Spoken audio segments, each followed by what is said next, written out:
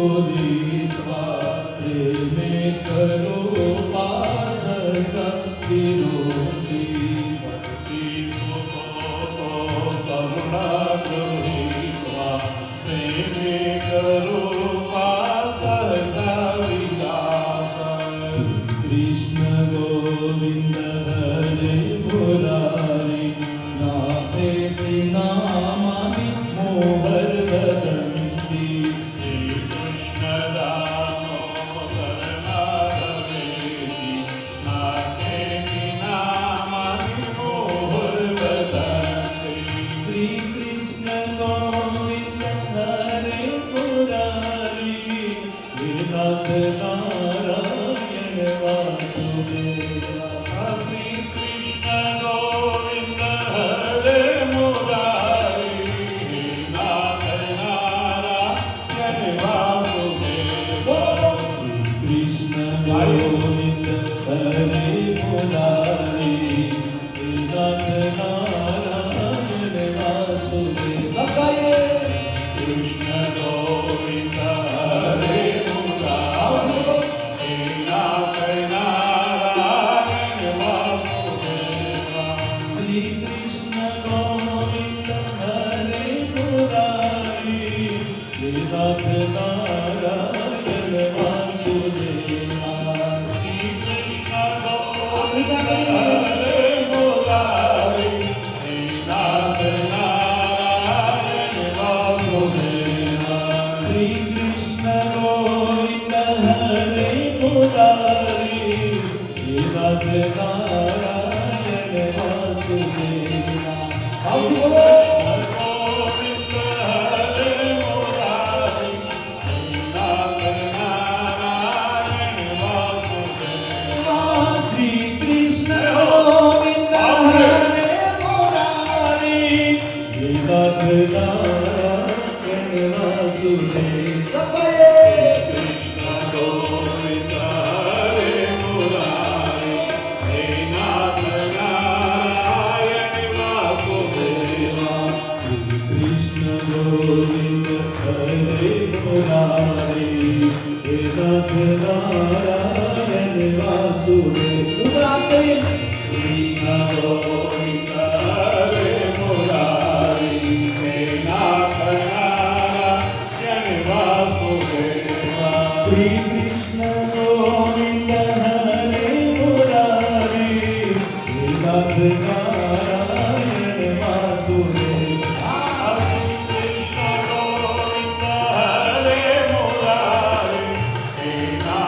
नारायण वासुदेवा श्री कृष्ण गोविंद हरे मुरारी नाथ नारायण वासुदेवा कृष्ण गोविंद हरे मुरारी नाथ नारायण वासुदेवा कृष्ण गोविंद हरे मुरारी नाथ नारायण वासुदेवा कृष्ण गोविंद हरे मुरारी नाथ नारायण वासुदेवा कृष्ण गोविंद हरे मुरारी नाथ नारायण वासुदेवा श्री कृष्ण गोविंद हरे मुरारी नाथ नारायण वासुदेवा श्री कृष्ण गोविंद हरे मुरारी नाथ नारायण वासुदेवा श्री कृष्ण गोविंद हरे मुरारी नाथ नारायण वासुदेवा कृष्ण गोविंद हरे मुरारी नाथ नारायण वासुदेवा नाथ नारायण वासुदेवा नाथ नारायण वासुदेवा नाथ नारायण वासुदेवा હરિકથા અને હરિનામ બંનેની સરખી મહત્તા છે. માટે જ્યારે સંકીર્તન આવે ને ત્યારે પ્રેમથી જીલજો ને ગાજો. નામ સંકીર્તનનું બહુ ફળ છે, અદ્ભુત ફળ છે. આમ સંકીર્તન કરતો કરતો સંઘ સમીપ આવ્યો. જ્યાં દ્વારની અંદરમાં આવ્યા, નારદજી ઓળખી ગયા. આજ ભક્તિ મહારાણી ઉભા થઈ ગયા. નારદજી ભક્તિ મહારાણીના ચરણની અંદરમાં પડી ગયા.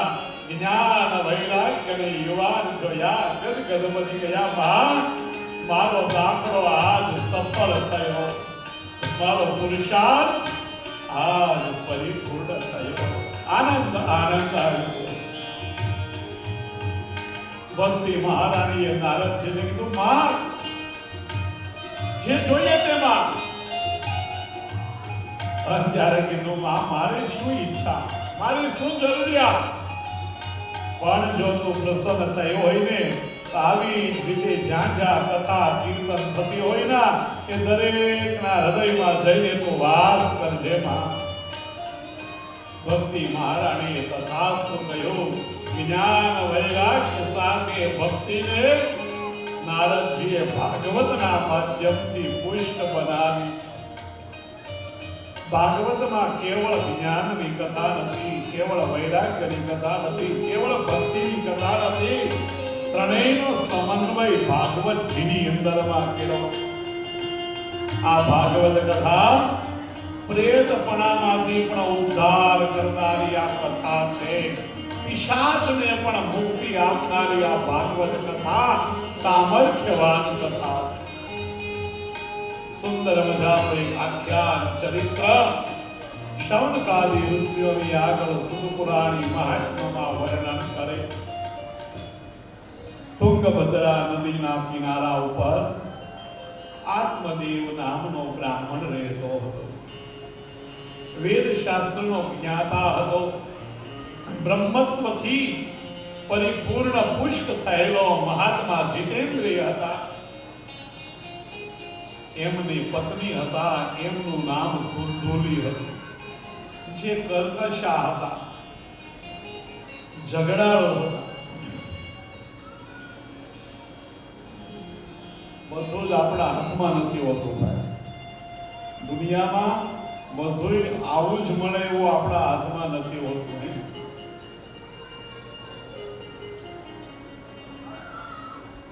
મેં તો સોમોરે જાણીને સંગ કર્યો, મારા કર્મે નીકળ્યો કથીર હે. નસીબમાં જે હોય એ મળે અને એને સ્વીકારી લેવું પડે. હો બાપા, હા, એને સ્વીકારવું પડે. પરમાત્માએ અમને એટલા માટે ભેગા કર્યા. સોનું જામીને મેં તો એ સંગ કર્યો રે વણજારા, ઓ વણજારા મારા કરને નીકળ્યું કથીર રે વણજારા, જીવો વણજારા, જીવો વણજારા, જીવો વણજારા.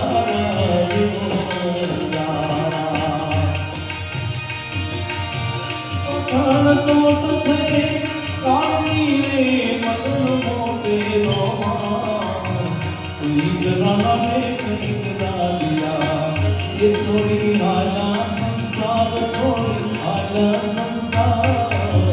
એ દેવની નો રસ પીવે, એ વાલા એ દેવની નો રસ પીવે.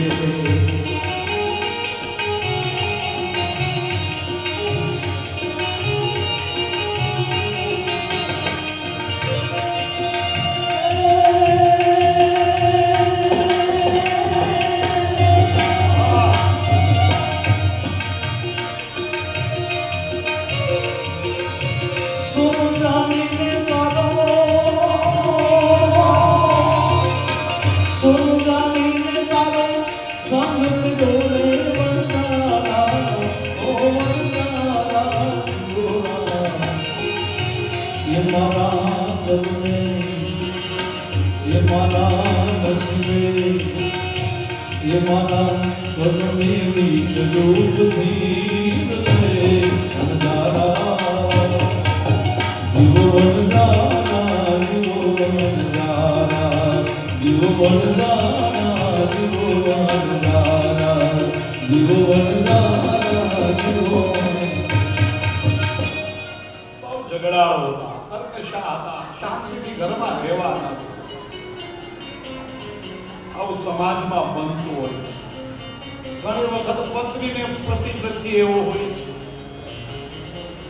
પણ છતાંય ઋણાનું બંધ માની અને સાચવી લેનારો આપણો સમાજ હતો. એકનાથ મહારાજ વિઠ્ઠલનાથના મંદિરમાં એક સમય આવ્યા અને વિઠ્ઠલનાથને કીધું, મહારાજ ખૂબ તારી કૃપા મારા ઉપર, મને પત્ની નથી આપી પણ સત્સંગ ઘરમાં આપી દીધો. આવી લાયક પત્ની મળી, સરસ સ્વભાવના, એટલે હું તારી ભક્તિ કરી શક્યો, પૂજા કરી શકું, સેવા કરી શકું. જો લાયક પત્ની ન મળ્યા હોત તેને રાજી રાખવામાં જ સમય ગયો. મને તારી બહુ કૃપા, મને ધર્મ પત્ની આપ્યા છે. એક વખતે તુકારામ મહારાજ વિઠ્ઠલનાથ પાસે આવ્યા અને કીધું, મહારાજ બહુ ઝઘડાળો પત્ની છે, કર્કશા છે, એક ક્ષણ પણ શાંતિથી ઘરમાં રહેવા દેતી નથી. અને આવી પત્ની મળીને એટલે સંસારમાં મન ન લાગ્યું, અંતારામ લાગ્યું. જો સારી મળી હોત તો એમાં મન લાગત, વિઠ્ઠલમાં મન લાગત. એકને પત્ની અનુકૂળ તોય ભગવાનની કૃપા, બીજાને પત્ની પ્રતિકૂળ તોય પ્રભુની કૃપા. અને નરસિંહ માતાના માણેકબાઈનું મૃત્યુ થયું, બોલ્યા ભલું થયું ભાગી જંજાળ, સુખે ભજશું શ્રી ગોપાલ. છતાં આત્મદેવ બ્રાહ્મણ ઘરની અંદરમાં ગ્રહસ્થાશ્રમમાં રહેતા હતા. જો આ શબ્દોનો વિચાર કરો. તુંગભદ્રા નદી એટલે કઈ નદી? તુંગ એટલે માનવ દેહ અને ભદ્રા એટલે કલ્યાણ કરનાર. આપણું કલ્યાણ આ માનવ દેહથી આપણે કરવાના છે. અને એના જ કિનારે આત્મા રૂપી આત્મદેવ બ્રાહ્મણ રહે. અને આપણી બુદ્ધિ એ જ આપણી પત્ની છે, એ જ કર્કશા, એ જ ધુંધુલી છે, પારકી પંચાત કરવા વાળી છે. જ્યાં મારા હાથમાં લોન બીજું યાદ કરાવી દે, બીજે મનને મોકલી દે, આવી ધુંધુલી છે. દિવ્ય ગ્રહસ્થાશ્રમમાં પતિ પત્ની જીવે છે. ઘણા વર્ષો વીતી ગયા પણ સંસારની અંદરમાં કોઈ સંતાન ન થયું. મહાત્માએ ઘણા ઉપાય કર્યા, છતાંય સંતાન પ્રાપ્તિ ન થાય. ધુંધુલીનો ત્રાસ વધવા લાગ્યો. ગામના લોકોએ થોડાક વિમુખ થવા લાગ્યા. આ સંસાર બહુ દુષ્કર છે. હો ભાઈ સમાજ, જ્યારે તમારી પાસે હશે ને ત્યારે લોકો બધાએ તમને એકલા નહીં મૂકે, અને જ્યારે કાંઈ નહીં હોય ત્યારે કોઈ સામુય નહીં જોડે.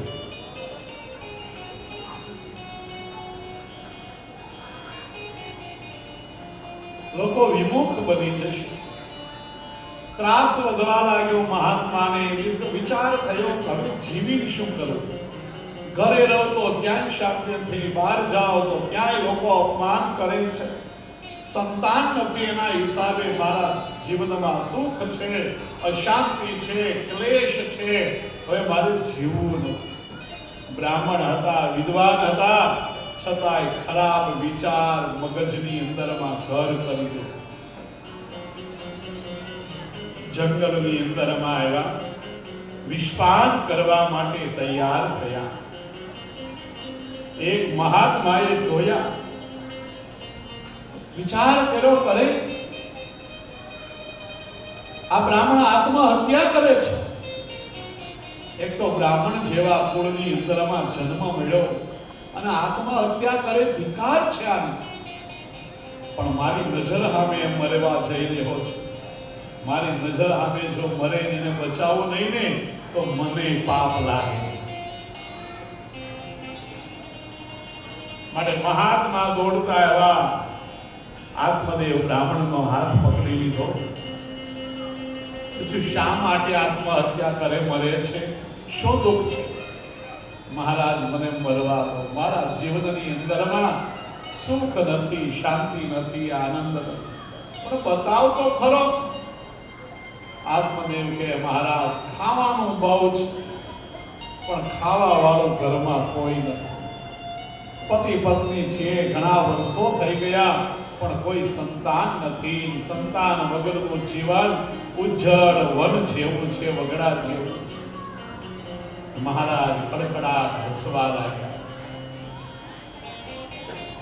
આત્મદેવની સામે હસવા લાગ્યા. અલ્યા બ્રાહ્મણ, ભગવાન તારા ઉપર બહુ દયા કરી છે, તારા ઉપર દયાળુ બન્યા છે ભગવાન, કૃપાળુ બન્યા, અને તારે ત્યાં દીકરો નથી આવ્યો, સંતાન નથી આપ્યું તને. જાગી જા. આજ જન્મની અંદરમાં પ્રભુની સાથે એક બનવાનો અવસર તને આપ્યો છે. અને કહે, સંતાન વાળા મા બાપ છે સર્વ પ્રકારે સુખી છે, શાંતિ છે એના જીવનમાં? જવાબ નામાં આવે. તો દરેકને સુખ મળવું જોઈએ, પણ સુખ નથી. માટે તારે ત્યાં સંતાન નથી. જે કાંઈ છે ને એ બધું ચાર હાથે વાપર, હરિ નામ કર અને બેડો પાર કરી લે. પાછળનો શું વિચાર કરે છે?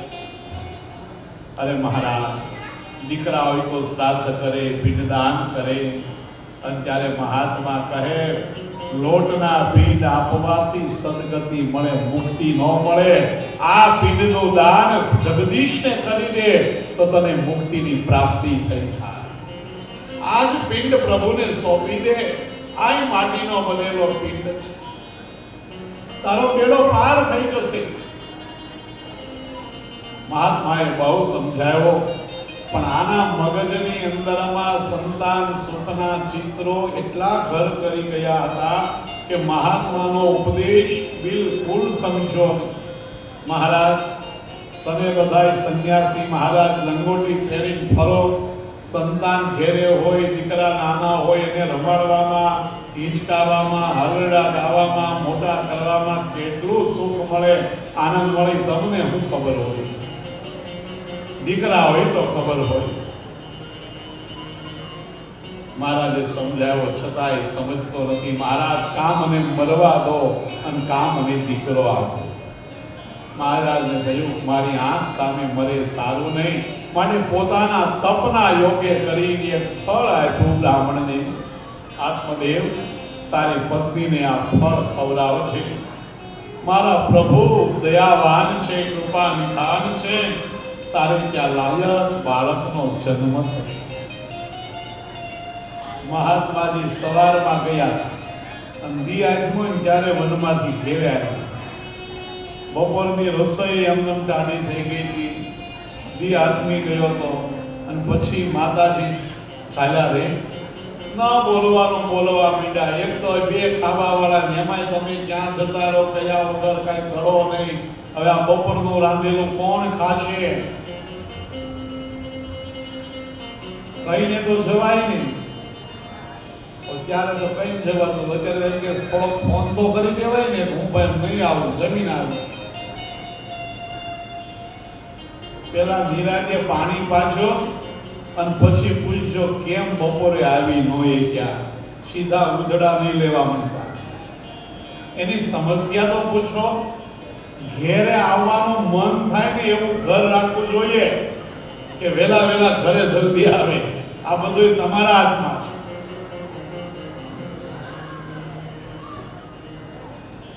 આત્મદેવ કહે, વનમાં ગયો તો એક મહાત્મા મળ્યા, એને એક ફળ આપ્યું છે, એ ફળ તમે ખાશો ને, આપણે ત્યાં લાયક દીકરો.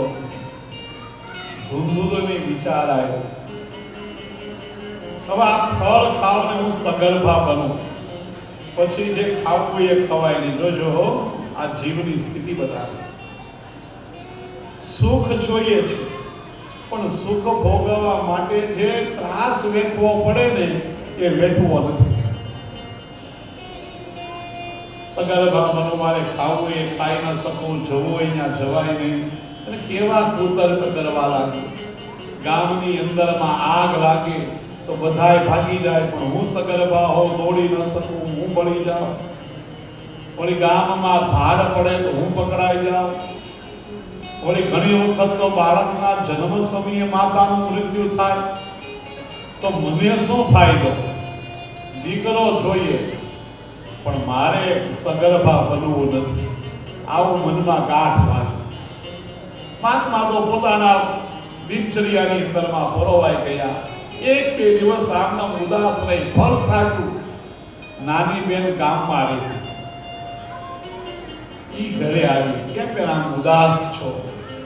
કે જો ને આ મહારાજ વનમાં ગયા, કોઈ મહાત્માએ ફળ આપ્યું, કીધું છે એ ફળ ખાવાથી દીકરો થશે. મારે દીકરો જોઈએ પણ ફળ ખાવું નથી. નાની બેન બહુ હોશિયાર હતી અને હોય જ. અનુભવ છે ને તેને? બહુ હોશિયાર હતી. એને કીધું એમાં શું નિરાશ થઈ ગઈ? તારે ત્યાં ખાવાનું ઘણું છે, ખાવા વાળો નથી. મારે ત્યાં ખાવા વાળા ગણાય છે, ખાવાનું નથી. જો આ સમસ્યા બંને જગ્યાએ છે. જ્યાં ખાવા વાળા છે ત્યાં ખાવા નથી, જ્યાં ખાવાનું છે ત્યાં ખાવા વાળા નથી. એકને બપોરના 12 વાગે છતાંય ભૂખ નથી લાગતી, સવારે નાસ્તો ન કર્યો હોય તોય, અને એકને 12 વાગ્યા કડકડથી ભૂખ લાગી પણ ખાવા નથી. સમસ્યા બંને જગ્યાએ છે. જેની પાસે છે એને છે, નથી એની પાસે છે. હું સગર્ભા છું, મને જે દીકરો થશે દીકરો તને હું આપી દઉં. તું મને ધન સંપત્તિ આપજે, હું તને વચન આપું છું. મારો પડછાયો એ છોકરા ઉપર નહીં પડવા દઉં. ગામ છોડી દૂર દૂર જતી રહી ત્યારે મળી. આત્મદેવ તો ભોળા છે, એને છેતરતા કાંઈ વાર નહીં લાગે. ધુંધુલે કીધું પણ આ ફળનું શું કરું? મહાત્મા સાચા છે કે જૂઠા છે એની પરીક્ષા તો કરીએ. માટે ફળ છે ને આંગણે બાંધેલી ગાયને ખવડાવી દીધું. ગો એટલે ભક્તિ, ગો એટલે ઇન્દ્રિય, ગો એટલે ત્યાં અનેક શબ્દ કર્યા, અર્થ કર્યા. આત્મદેવને સમાચાર મળ્યા, સારા દિવસો છે. ગામ લોકોને ખબર પડી, એ લોકો આનંદમાં આવી ગયા. કાંઈ વાંધો નહીં, આપણે બાજુ ગામથી નહીં બોલાવવો પડે. 5 વર્ષ પછી આ દાદા દીકરો તૈયાર થઈ જશે. હવ હવના દુઃખે રડે ને હવ હવના સુખે સુખી થાય. પણ કોઈને મળતા નથી, મુખ દેખાડતા નથી. ઘણા સમયે સારો પ્રસંગ આવે છે. આત્મદેવને બહુ આનંદ થયો. મહાત્મા કોઈ તપસ્વી સંત હશે, મારે ત્યાં જે સંતાન થશે એ દિવ્ય સંતાન. ધીમે ધીમે સમય વીતવા લાગ્યો અને ધુંધુલીની બેને બાળકને જન્મ આપ્યો. બાળકને જન્મ આપી ધુંધુલીને સોંપી ધન લઈ ગામ છોડી નાસી ગઈ. આત્મદેવ બ્રાહ્મણને સમાચાર મળ્યા. સ્નાન કર્યું, ગણપતિની પૂજા કરી, સ્વસ્તિ વાચન કર્યું, ખૂબ દાન આપ્યું છે. પુત્રના જન્મ સમયે પુત્રનો નામકરણ સંસ્કાર કરવા માટે તૈયાર થયા. ધુંધુલે કીધું મહારાજ આ વેદના મેં વેઠી, જન્મ મેં આપ્યો, 9મા મહિના મારા ઉદરની અંદરમાં રહ્યો, એનું નામ તમે પાડશો? મારા બાળક મારા નામથી જગતમાં ઓળખાય માટે ધુંધુલીનો દીકરો નામ પડશે ધુંધુકારી. ઘણી વખત વિવશ થઈ જાય આપણે. નામ ધુંધુકારી પડ્યું, પણ ગાયને જે ફળ ખવડાવ્યું હતું ને, ગાયે એક બાળકને જન્મ આપ્યો. મનુષ્ય આકારનો બાળક, કેવળ કાન ખાલી ગાય જેવા હતા. ગોકર્ણ મહારાજ એવું આત્મદેવે બાળકનું નામ પાડ્યું. બંને ભાઈઓ પિતાને ઘેર મોટા થવા લાગ્યા. પિતાજી બંને દીકરાઓને પોતાની પાસે બેસાડે, વિદ્વાન હતા, ભણાવે. પણ ધુંધુકારીનું મન ભણવામાં ન હોય. ગામના જે છોકરાઓ રખડતા હોય, ચોરી લૂંટફાટ કરતા હોય, એનો સંગ લાગી ગયો. એની સાથે રખડે, ભટકે, ચોરી કરે. ગોકર્ણે પૂર્ણ વિદ્યાભ્યાસ પિતાની પાસે રહી ગયો. ધુંધુકારી તક મળે ત્યારે ઘરમાંથી નાસી જાય. આત્મદેવ બ્રાહ્મણ કાંઈ કહેવા જાય કે એની માતા વચ્ચે આવે. જ્યારે સંતાન નહોતું ત્યારે કેટલા રડતા હતા, ને હવે આ છે ખર્ચો કરે, તમને શું વાંધો છે? બાળક ખોટું ડગલું જ્યારે ભરે અને જ્યારે પિતા એને વઢે ઠપકો આપે ત્યારે કોઈ દિવસ માતાએ વચ્ચે ન આવવા. જો માતા બાળકનું ઉપરનું લઈને વચ્ચે આવે ને તો માનજો કે સંતાનના તમે દુશ્મન છો, શત્રુ છો. તમને વાલ હોય, મમતા હોય, વાત્સલ્ય હોય, પિતા નહીં હોય, પણ એ વ્યવહારિક દ્રષ્ટિથી જોતા હોય, તમે કેવલ મમતા વાત્સલ્યની દ્રષ્ટિથી જોતા હોય. સંસ્કાર પૂર્ણ આપવાના, વહાલ આપવામાં, લાડની અંદરમાં બિલકુલ ના નથી, પણ બાળક કુસંસ્કારી બને એમાં પહેલો વાંક માતાનો છે. ધ્રુવ ચરિત્રની અંદરમાં કીધું છે કે દુષિલો માતૃદોષેણ પિતૃદોષેણ મૂર્ખતા કાર્પણ્યતા વંશદોષેણ આત્મદોષાત દરિદ્રતા. બાળક જો કુસંસ્કારી બને તેમાં માતાનો વાંક પહેલો છે. એટલું લાડ કોડ કર્યા, એની વાત બધી માની, ક્યારે લાલ આંખ ન કરી, એના હિસાબે બાળક બગડ્યું. પિતૃદોષેણ મૂર્ખતા, પિતાના વાગથી મૂર્ખો બને, વ્યવહારની સમજ ન પડી. બાળક મોટો થાય, યુવાન થાય, પછી એને થોડો થોડો વ્યવહાર સોંપતો જવાનો. દરેક આપણે સેલો લઈને વીર જવાનું નહીં, એને જવા દેવાના, મોકલવાના. સમાજને જુએ. પિતૃદોષેણ મૂર્ખતા કાર્પણ્યતા વંશદોષેણ. જો ડરપોક બને, લોભી બને, તેમાં વંશનો વાંક હોય. આત્મદોષાત દરિદ્રતા. અને જો ગરીબ બને ને તો પોતાનો વાંક, કોઈનો વાંક નથી. બાકી આ દુનિયાની અંદરમાં પુરુષાર્થ કરે, મહેનત કરે તો કેમ બે ટાઈમનું ખાવા પીવા ન મળી રહે? મહેનત પુરુષાર્થ કરો.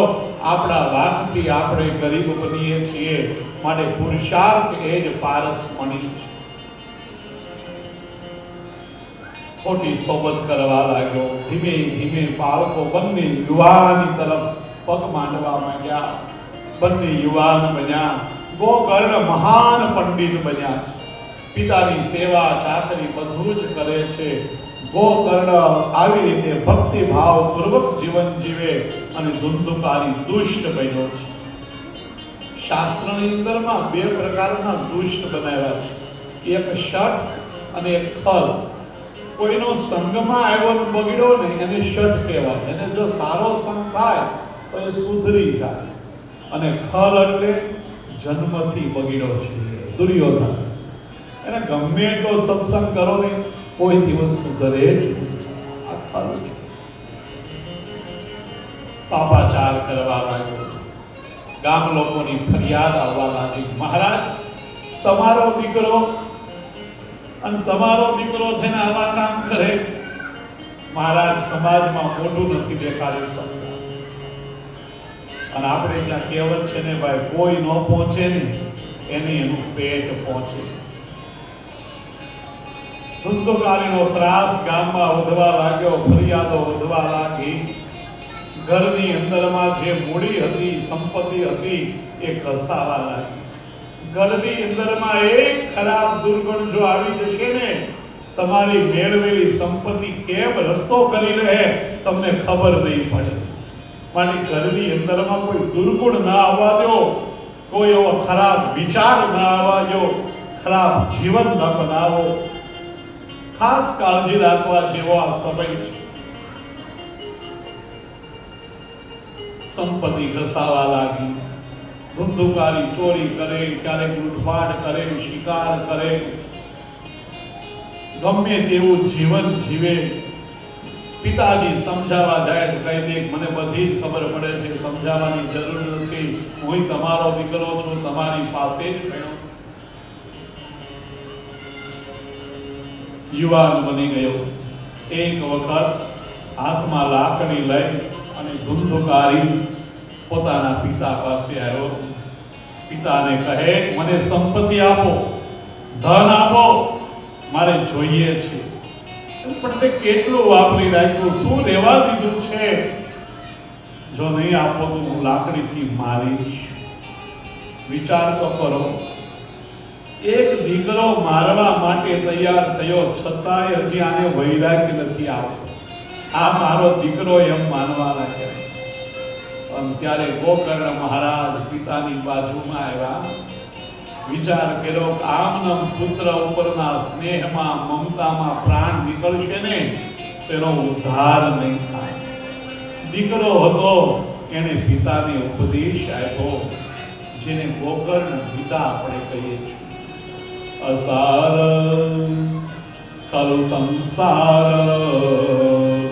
દુઃખ રૂપી વિમોહક સુતમ કસ્ય ધનમ કસ્ય સ્નેહવાદ પ્રવજલ્પતે. હે પિતાજી, સંસાર અસાર છે, દુઃખનો દરિયો છે, એમાં મોહ ન પામો. દીકરો કોનો, આ ધન કોનો? આંખ વિચારી જાય પછી કાંઈ આપણું રહેવાનું નથી. તો આનો મોહ છોડો, મમતા છોડો. વળી લાયક દીકરો હોય તમે મમતા રાખો તો બરાબર, પણ આ તો તમને મારવા માટે તૈયાર થયો. હજી તમે મમતાના પાશમાં બંધાયેલા છો. દેહ સ્થિમા સરુતિરા વિમતાં ત્યજેત જાયાસુતાદિષુ સદા મમિતા વિમુષ્ય પશ્યાદિશં જગદિદા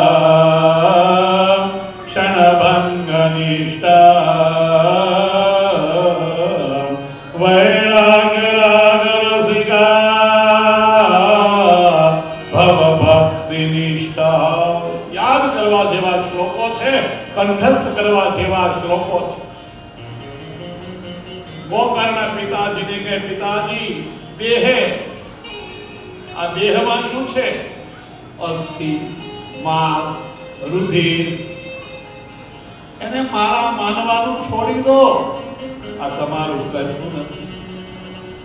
જાયા સુતાદિષુ સદા મમિતા વિમુષ્ય.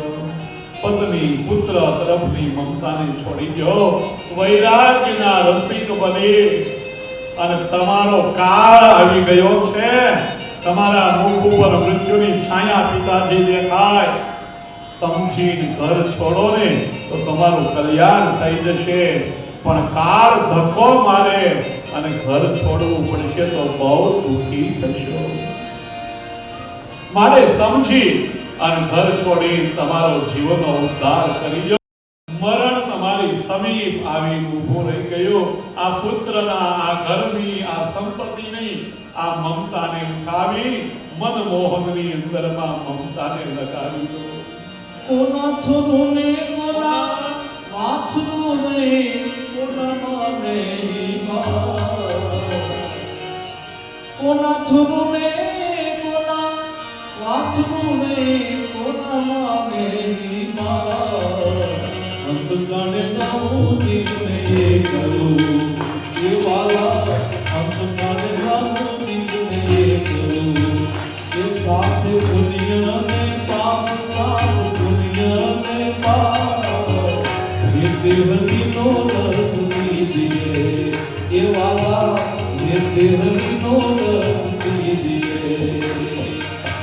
કઠણ ચોટ છે કાપી રે મદન મોટેનો માર.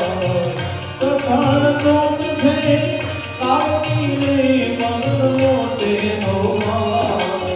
કઈક રાણાને કઈક રાજીલા એ વાલા, કઈક રાણાને કઈક રાજીલા. એ છોડી હાલા સંસાર, છોડી હાલા સંસાર. એ દેહરીનો રસ પીધીએ એ વાલા, એ દેહરીનો રસ પીધીએ.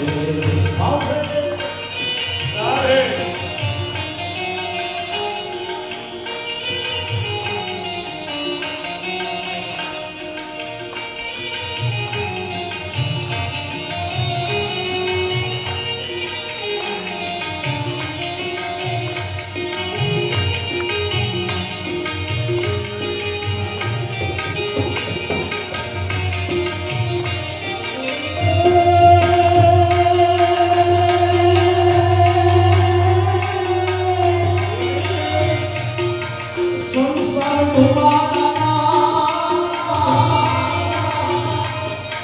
સંસાર માચકાને આગલાવે લીધો સંસાર માચકાને આગલાવે લીધો રંગ પતંગનો ઉડી જશે એ વાલા રંગ પતંગનો ઉડી જશે એ આને આગલાતો આને આગલાતો એ દેહરીનો રસ પીધીએ એ વાલા એ દેહરીનો રસ પીધીએ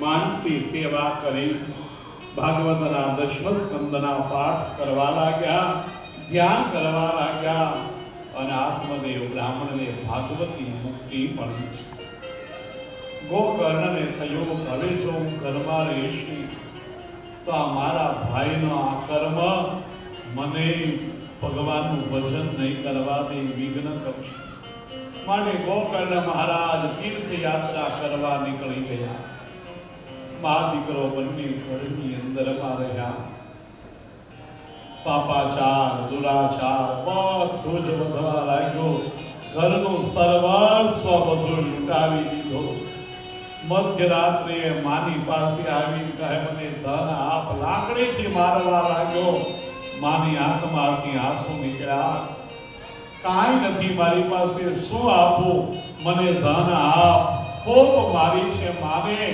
મધ્યરાત્રિએ માં કુવામાં પડીને આત્મહત્યા કરે એકલો ધુંધુકારી ઘરની અંદરમાં રહ્યો છે પાપાચાર કરવા લાગ્યો પાંચ સ્ત્રીઓનો ગુલામ બની ગયો. શબ્દ, સ્પર્શ, રૂપ, રસ અને ગંધ, આ પાંચ વિષયોની અંદરમાં ફસાય. એ સ્ત્રીઓને ઘરમાં રાખી પાપાચાર કરવા, આ સ્ત્રીઓને ખુશ કરવા માટે એક વખત રાજ દરબારના ભંડારમાં ચોરી કરી. ઝવેરાત, સોનું, માણેક, હીરા, આભૂષણો બધું જ લઈને મધ્યરાત્રિએ ઘરે આવ્યો. પાંચે સ્ત્રીઓ સામે દોડી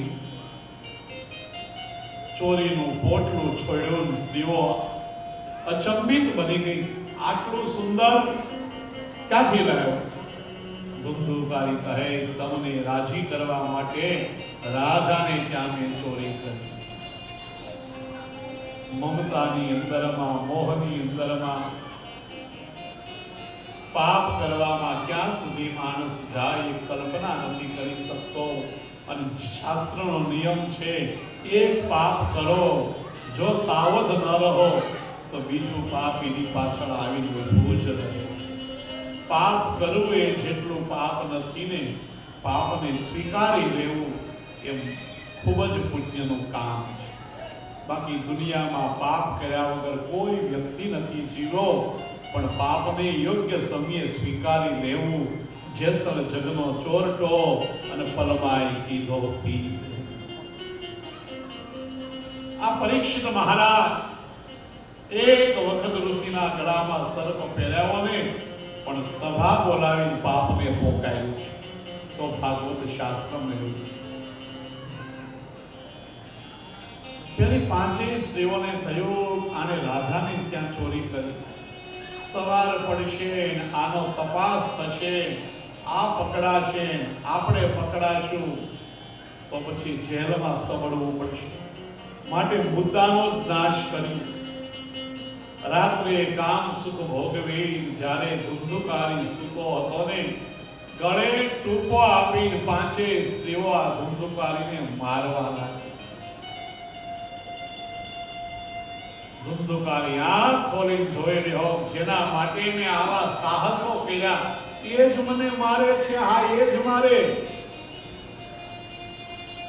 જેને માટે જીવન બરબાદ કર્યું ને, છેલ્લે તમને બરબાદ કરવા માટે એ જ આવે. પણ અતિશય પાપી હોય જલ્દી મરતો નથી. બહુ ટૂંકો આપ્યો છતાંય મર્યો નહીં. કહે છે, ધગધગતા અંગારા ધુંધુકારીના મુખની અંદરમાં નાખ્યા. તરફડી તરફડી અને ધુંધુકારીએ પ્રાણ છોડી દીધા.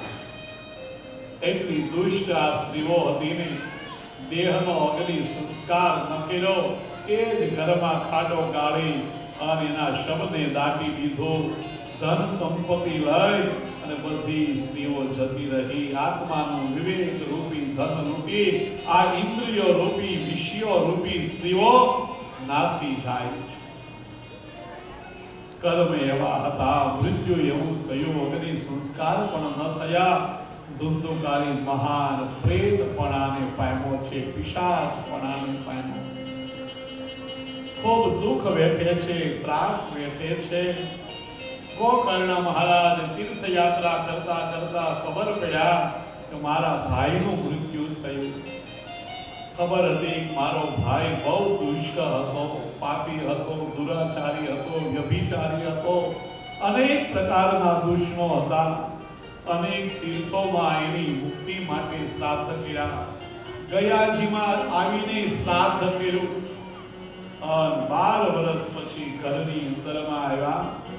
ઘરને સાફ કરી અને રાત્રિએ ગોકર્ણ મહારાજ સૂતા છે અને કોઈનો રડવાનો અવાજ આવ્યો.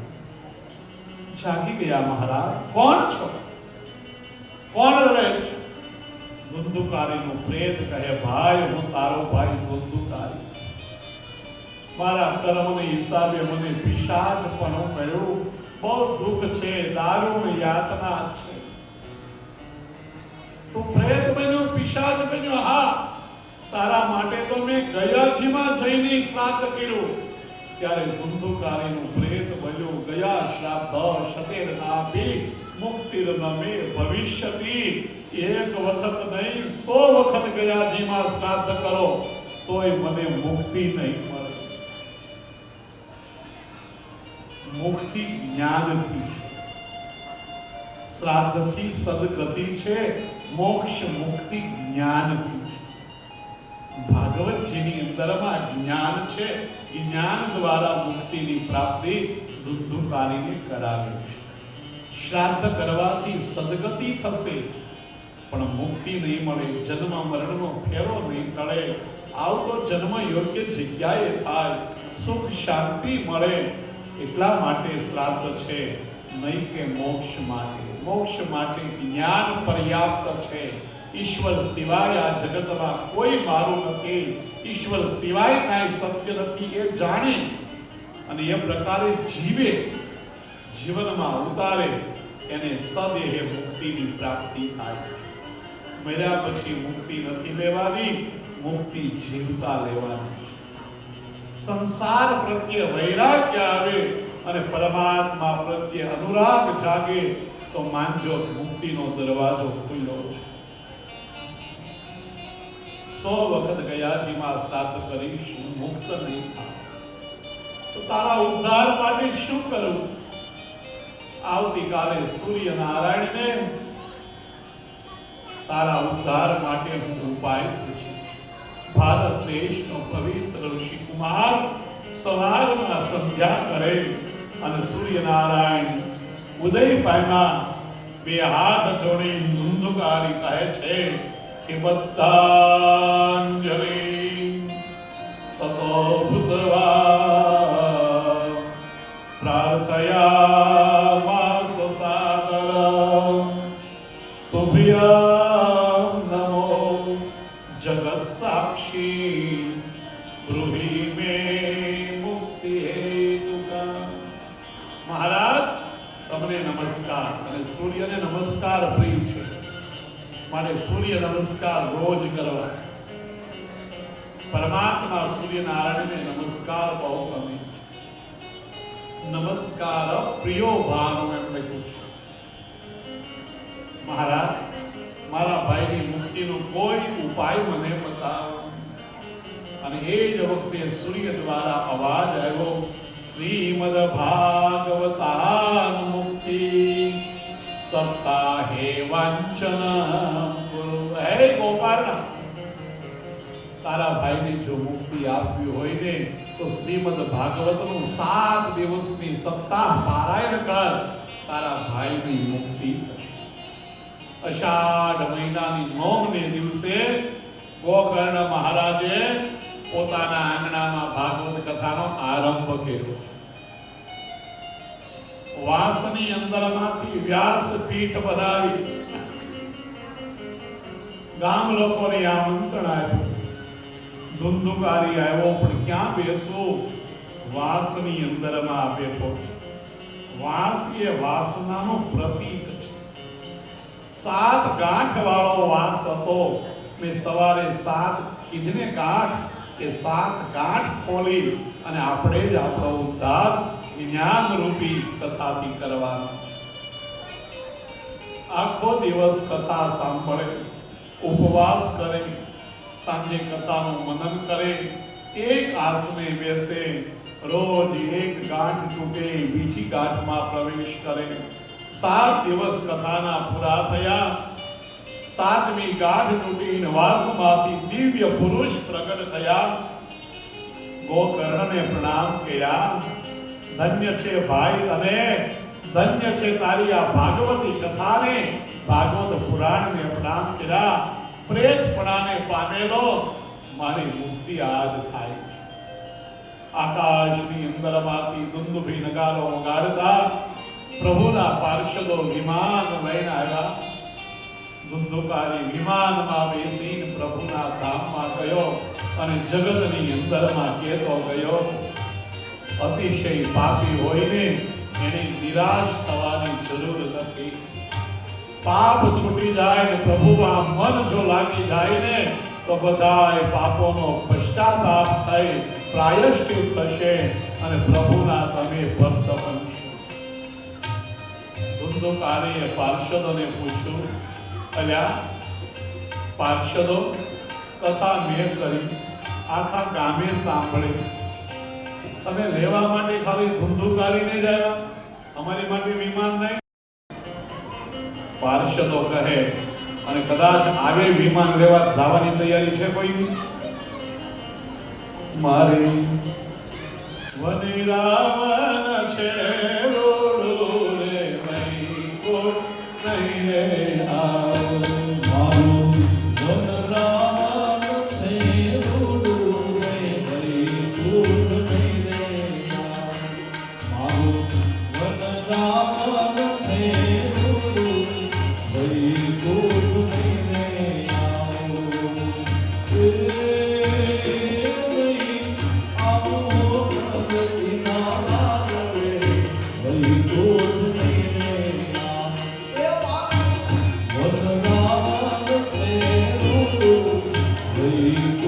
નહીં રે આવો.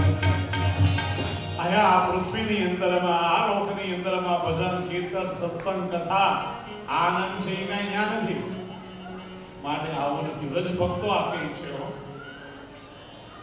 પાર્ષદો કહે, મહારાજ વાત તમારી સાચી, કથા ભલે તમે કરી, પણ આને જેમ શ્રવણ કરીને એમ કોઈએ કરી નથી. કથા શ્રવણના નિયમો બતાવ્યા છે. એક આસને બેસતો, ઉપવાસ કરતો. ઉપવાસ એટલે ફરાળ નહીં, પણ સમીપ પ્રભુની રહેવા વિચારોથી, મનથી પ્રયત્નશીલ રહેતો હતો. અને સાંભળેલી કથાનું નિદધ્યાસન કરતો હતો. માટે એની મુક્તિ થઈ. વિમાનમાં બેસી ધુંધુકારી પ્રભુના ધામની અંદરમાં ગયો.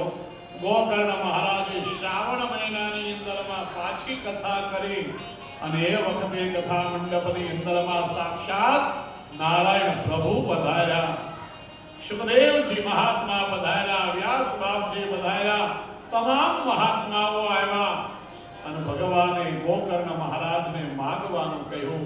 ત્યારે ગોકર્ણ મહારાજે કીધું, પ્રભુ આજે આ કથામાં આપ પધાર્યાને વચન આપો, જ્યાં જ્યાં પૃથ્વી લોક ઉપર ભાગવત કથા થાય ત્યાં કોઈને કોઈ સ્વરૂપે આપ આવશો, પધારશો અને બિરાજશો. ભગવાને તથાસ્તુ કહ્યું. છઠ્ઠો અધ્યાય એ વિધિનો અધ્યાય. કથા કેવી રીતે કરવી, ક્યારે કરવી, યોગ્ય મુહૂર્ત જોઈ કથાનો પ્રારંભ કર્યો. નિર્વિઘ્નતા પૂર્વક કથા સંપન્ન થાય માટે પંચદેવોનું સ્થાપન કરવું, એની પૂજા કરવા. પ્રેમ પૂર્વક ભાગવતજીને મસ્તક ઉપર પોથી યાત્રા રૂપે આનંદ કરતા કરતા પધરાવવા. સૂર્યોદયથી 3:30 પ્રહર સુધી કથા કરવા મહાત્મામાં લખેલું છે. વચ્ચે વિરામ કેટલો? 48 મિનિટનો 2 ઘડી લખ્યું છે. એટલો વિરામ રાખવા.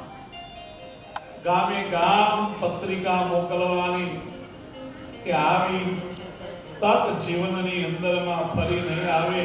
બને તો 7 દિવસ રોકાજો, ન બને તો 1 દિવસ 2 દિવસ જે અનુકૂળતા હોય, પણ આ ભાગવત કથાનું આચમન કરવા માટે અવશ્ય પધારજો. બધાયના ઉતારાની વ્યવસ્થા કરવાની, ભોજનનો પ્રબંધ કરવાનો. કથાના યજમાનોએ સવારના પ્રાતઃકાળની અંદરમાં પોતાના નિત્ય કર્મથી પરવારી અને પંચદેવોની જે સ્થાપના છે એની પૂજા કરવાની. પછી વ્યાસપીઠ ઉપર ભાગવતજીની પૂજા કરી, વક્તાની પૂજા કરી, યોગ્ય આસન લઈને સાંભળવા માટે બેસી જવા. શક્ય હોય તો ઉપવાસ કરો. ઉપવાસ ન કરી શકો તો 1 ટાણું જમો. 1 ટાણાથી ન ચાલે હોય તો 2 ટાણા જમો. 2 ટાણાથી જો તકલીફ પડે તો 3 ટાણા જમો, પણ કથા સાંભળો.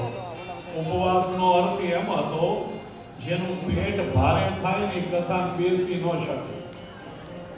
માટે પેટ હળવું હોય તો આરામથી કથામાં બેસી શકાય, માટે ઉપવાસ લખેલો હતો.